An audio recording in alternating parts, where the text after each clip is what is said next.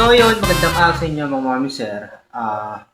Last day na natin sa paglilipat. So yan, kung makikita nyo, palinis na yung bahay namin. Wala nang kaalaman-laman. So konti na lang gagawin natin. Kape muna tayo bago tayo magbuhat. Tara, samahan nyo kami. Let's go. So yun, halos konti na lang yung dadali namin. Yung rep, nadala na namin. Yung aparador ko, konti na lang naman. Tapos itong isang aparador, dito halos wala na yan guys. Tapos dun may konting linisin muna bago dalhin. So medyo clear na. So yan. Nakakapagod guys. Ito, nalinis ko na rin yung ano. Nalinis na yung biglaan yung ano. Electric pan ko.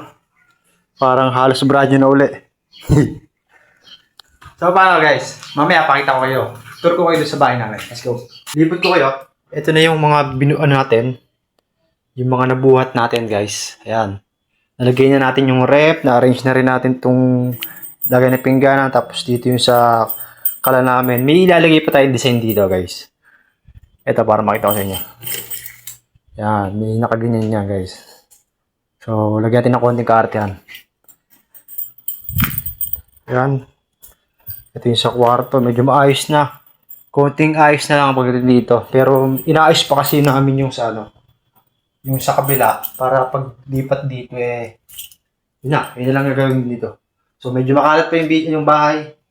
Abang-abangan nyo lang. Makikita nyo na lahat yan. Nakadocument naman lahat yan. So paano? Tuloy mo namin ginagawa namin. Let's go!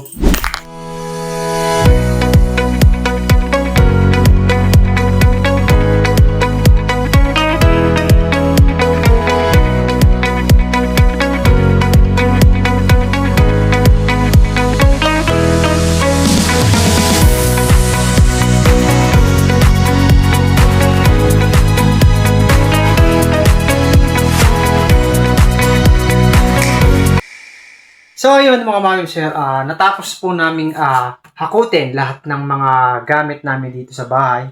So kung makikita nyo, sobrang kalat po talaga ng bahay ngayon. Ayan, ganito po ang nangyayari sa bahay ngayon. Sobrang daming iimisin.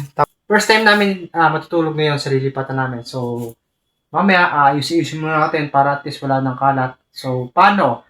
Kung napanood mo ito hanggang dito, maraming salamat po at baka naman po, follow, like, and share. Thank you po.